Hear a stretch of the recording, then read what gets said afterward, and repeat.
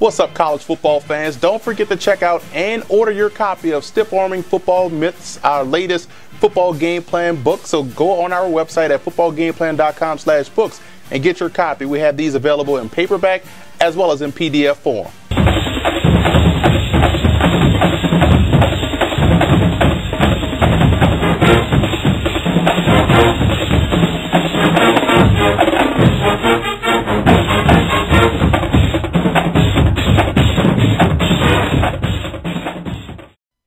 Now let's take a look at some coaching points for both teams in this ball game, starting with Sam Houston State. And on offense, I would stay in 4 wide receiver sets, and I would utilize the empty formation very often versus NDSU. You want to spread the field, take advantage of your athletes in space, and when you go empty, use Jared Johnson as the runner, quote-unquote, in that formation. So that way you put that defense in a bind because they can only play you a certain amount of defense a certain amount of ways. You're going to see a lot of zone, and I think when you can take advantage of the guys in space, it bodes well for your chances offensively. And you want to make this game a track meet. This ties right into the first point that I just made. I believe Sam Houston State has a lot more athletes on the flanks, on the perimeter, and I think they can make this game a track meet, which would put NDSU in the bind. And the third down defense and red zone offense, in my opinion, are the two most critical components of this ball game for Sam Houston State. If they can win both, they can win this game. And for North Dakota State, I wouldn't turn my back to Johnson, the quarterback of Sam Houston State, because of the fact that he is a mobile guy. He does have the speed to take it the distance,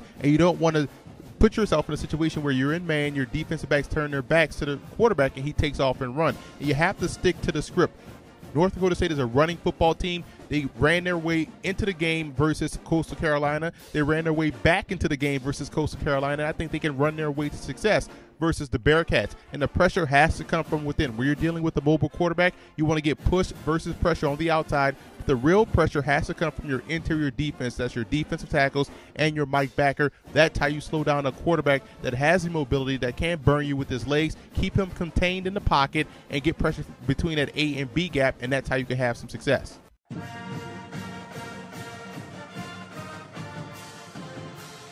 The biggest X factor in this ball game for Sam Houston State will be the play of their defensive line. P.J. Hill is one outstanding defensive lineman, brings a lot of quickness off the edge. And this week versus NDSU, how stout can they be versus the running game, versus that power running game? They love to run off tackle. If they can stay stout and allow those linebackers free reign to the football, it bodes well for their chances.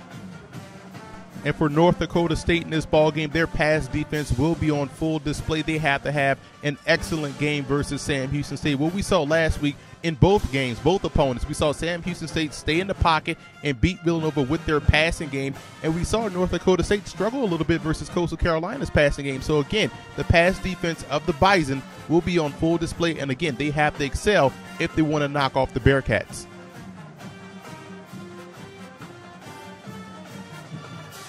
Now, here are some 2015 draft prospects you want to keep an eye on in this ball game. Keep an eye on the tailback, Keyshawn Hill, for Sam Houston State. Tremendous speed, that burst that you want coming out of the backfield, and has been very productive all season long. And for NDSU, you have to start with Kyle Emanuel, the Buck Buchanan Award winner, 6'3", 251, a guy that reminds a lot of people of Jared Allen. And John Crockett put on a show last week versus Coastal Carolina and what he can do as a runner, show that big playability to take it the distance. And I also look at Carlton Littlejohn, the linebacker, played an excellent game in pass defense last week versus Coastal, and I think this is a guy that definitely has a shot to make it at the next level.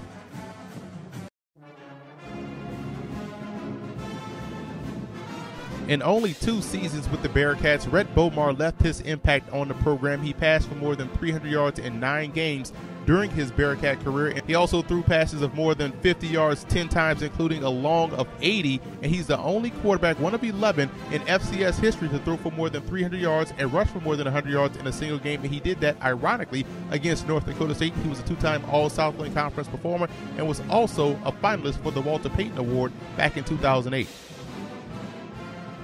And you have to give credit to the 1968 North Dakota State Bison football team, who won their 3rd straight Pecan Bowl, or went to their 3rd straight Pecan Bowl. This time, they knocked off Arkansas State in a classic matchup, 23-14, to finish #1 in the AP poll that season.